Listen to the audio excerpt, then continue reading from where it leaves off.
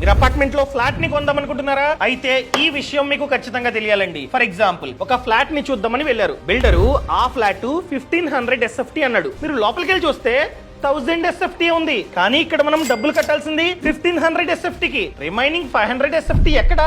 Builder మనల్ని మోసం చేస్తున్నాడా?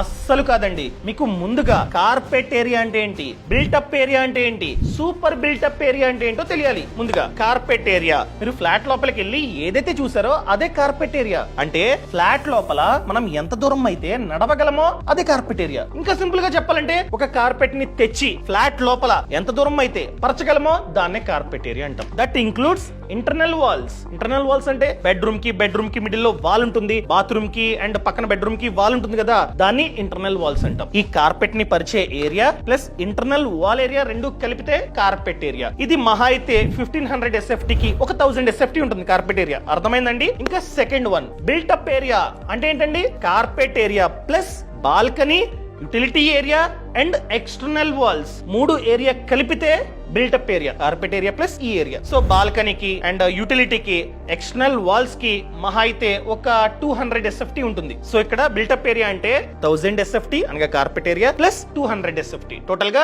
1200 SFT. ఇంకా last one super built up area అంటే built up area plus common area. Common ఏరియానా అంటే ప్రతి ఒక్కరూ యూజ్ చేసుకునే ఏరియా. ఫర్ ఎగ్జాంపుల్, కారిడార్ కావచ్చు, లిఫ్ట్ ఏరియా కావచ్చు, స్టేర్ కేస్ కావచ్చు, ఎమ్యూనిటీస్ కావచ్చు, ఎక్సెట్రా ఎక్సెట్రా. వీటిని ప్రతి ఒక్కరూ యూజ్ చేస్తూ ఉంటారు. సో ప్రతి ఫ్లాట్ ఓనరు కామన్ ఏరియా కింద ఎంతో కొంత ఇవ్వాల్సిందే.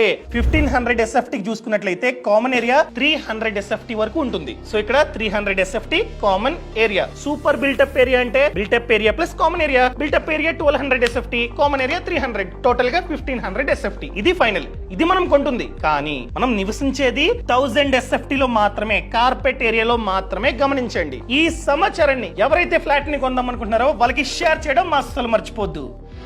బాస్ వాలా, బీ ద బాస్.